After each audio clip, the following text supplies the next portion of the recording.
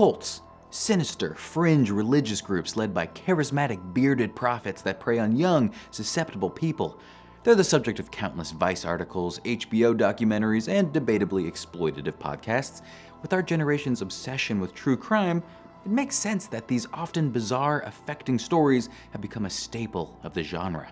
But therein lies the problem. We often think of cults as a piece of genre, just stories to be consumed, so we forget that they have a real history with real people. Today on Misconceptions, I, your host, Justin Dodd, will break down some common myths and misconceptions about cults. Let's get started.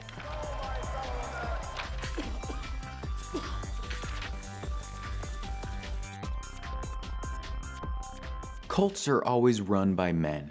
I don't know about you, but when I picture a cult leader, I picture a tall, bearded man with long blonde hair and a white robe made of silk.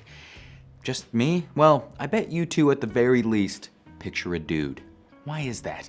High-profile cult leaders like Charles Manson and Jim Jones certainly play a role, but other factors contribute to this perception. Cults are often linked to illegal activity in the public eye, and some crimes, particularly violent ones, are disproportionately committed by men. That said, a number of cults have been led by women, including Valentina de Andrade, who headed the terrifying Superior Universal Alignment UFO cult, the Rajneeshs, whom you might be familiar with from the Netflix doc Wild Wild Country, committed a mass but luckily non-lethal poisoning in Oregon. They were purportedly led by their guru Bhagwan Shree Rajneesh, but actually for years had most of their operations run by a woman named Ma Anand Sheela.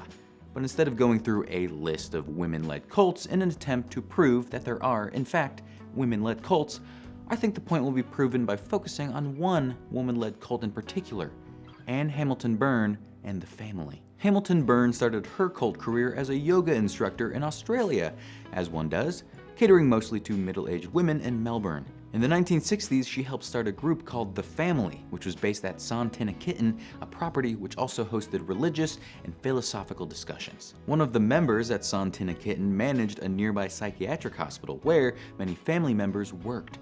Several patients there were eventually recruited into the cult. It's also where Hamilton Byrne acquired a fair amount of LSD, which was administered to members. The theological teachings of Hamilton Byrne's group involved a varied combo of Eastern and Western religions, including Hinduism and Christianity. The kicker, though, was the claim that Hamilton Byrne was the reincarnation of Jesus Christ. If this already sounds like a pretty disconcerting cult, you should strap in for this next part. Starting in the 1960s, Hamilton Byrne accumulated around 28 infants and young children. Some were children of members of the family who had been coerced into giving them up.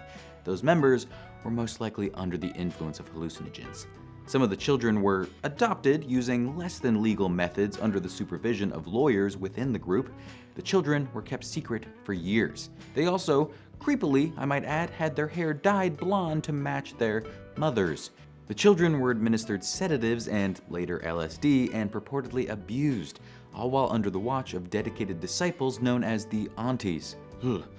Hamilton Byrne was eventually arrested, but was only convicted of falsely registering the birth of 3 of the children, which resulted in a fine. All in all, this yoga teacher turned second coming of Christ turned child kidnapper definitely shows that women can be cult leaders. But on a final note, if your preconceived notion of a cult member was a woman, there's actually some truth to that. According to various research, around 70% of cult followers are women. Cults are always religious. Cults, by many definitions, involve some type of religion or spirituality. For many years, that's just what the word cult meant, a group dedicated to a religious belief. Medium's Igor Kotkin broke down some of Cicero's writing on the subject by defining religion and cult like this. Cult equals mythology plus rites. Church equals lore plus priests. Religion equals cult plus church. So religion is just a cult with some priests and some lore, according to that word math. But where does the word cult come from? According to Merriam-Webster, cult, which shares an origin with culture and cultivate, comes from the Latin cultus, a noun with meanings ranging from tilling, cultivation, to training or education, to adoration. The earliest known uses of the word, recorded in the 17th century, broadly denoted worship. By the early 18th century, cult could refer to a non-religious admiration or devotion, such as to a person, idea, or fad, the cult of success. Finally, by the 19th century, the word came to be used of a religion regarded as unorthodox or spurious. But in recent times, the word cult has expanded to have a broader meaning. Pretty much any group, usually still unorthodox or spurious, that has a very specific focus or lifestyle could be classified as a cult. We can even refer to a cult of personality without implying that adherents have a spiritual devotion to the person at the center. The themes of these cultish groups span far and wide, but let's focus on some specific types of non-religious cults. Doomsday cults. These are, well, pretty self-explanatory. Any group whose central ideology focuses on the coming end of the world.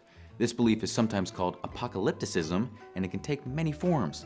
Obviously, these cults can be religious in nature, but sometimes the doom that's supposedly coming is a catastrophic natural disaster. Other times, a plague. Sometimes it's aliens. Sometimes it's based on conspiracy theories, such as the belief that society or the government is attempting to destroy the world, and only a select few can stop it, or protect themselves at the very least. The peculiar thing about doomsday cults is that while 100% of their predicted apocalypses have failed to materialize, the cults still persist. One might think that if your leader was predicting the end of the world on July 12, 2018, and that day came and went without incident, your resolve as a follower might start to falter. But the opposite seems to be true. A study conducted by Leon Festinger of the group The Seekers showed that not only did followers of doomsday cults maintain their beliefs after they were disproven, in many cases, they were strengthened. While there have been criticisms of the study, Festinger attributed these oddly persistent beliefs to the concept of cognitive dissonance, which is essentially the unpleasant feeling of tension when one's actions and beliefs are inconsistent. The individuals are then motivated to change their behavior or beliefs to return to some kind of harmonious state. In this case, it appears that resulted in doubling down on their convictions. Some other types of cults. Political cults, who are focused on very specific political beliefs and usually try to influence elections and local governments. Sometimes political cults are results of cults of personality. Commercial cults, meanwhile, are based around the idea of making money. Think a multi-marketing pyramid scheme of sorts. Racist and terrorist cults are also a real thing. The Ku Klux Klan is often described as a cult. And then we have whatever the heck this next one is. The Unarians are a group of people who believe in the teachings of Unarius, an institution founded by Ernest and Ruth Norman in 1954, who would come to be known as Raphael and Uriel. Unarius is founded on the writings of Raphael, aka Ernest, who is said to be channeling alien beings from Mars and Venus.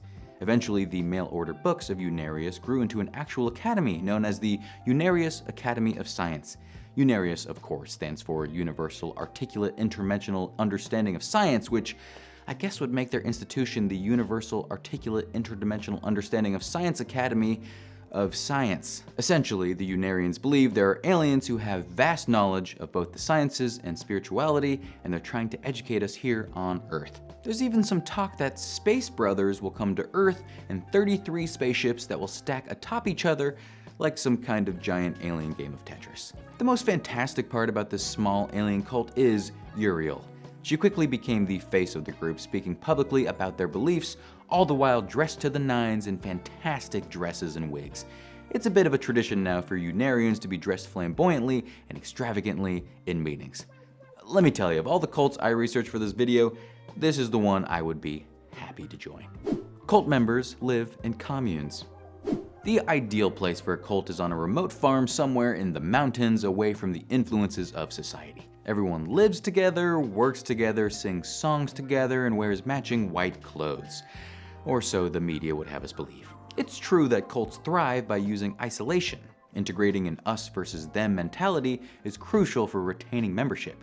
If members feel separated from their peers, family, or society at large, they're more likely to stay in the group.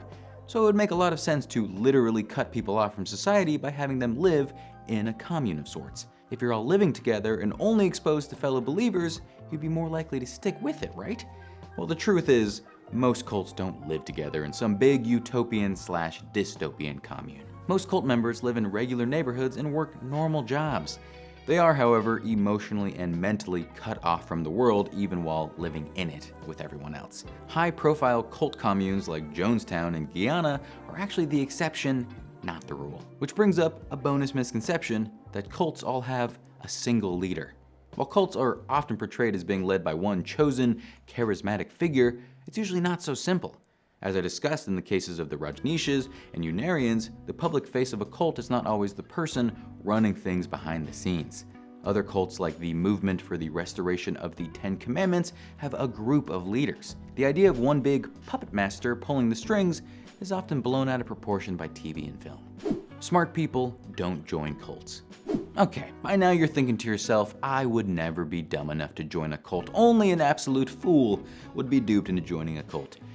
Well, we can nip this one in the bud right now, because the idea that smart people are immune to cults is definitely false. Let's just start this off with some hard data.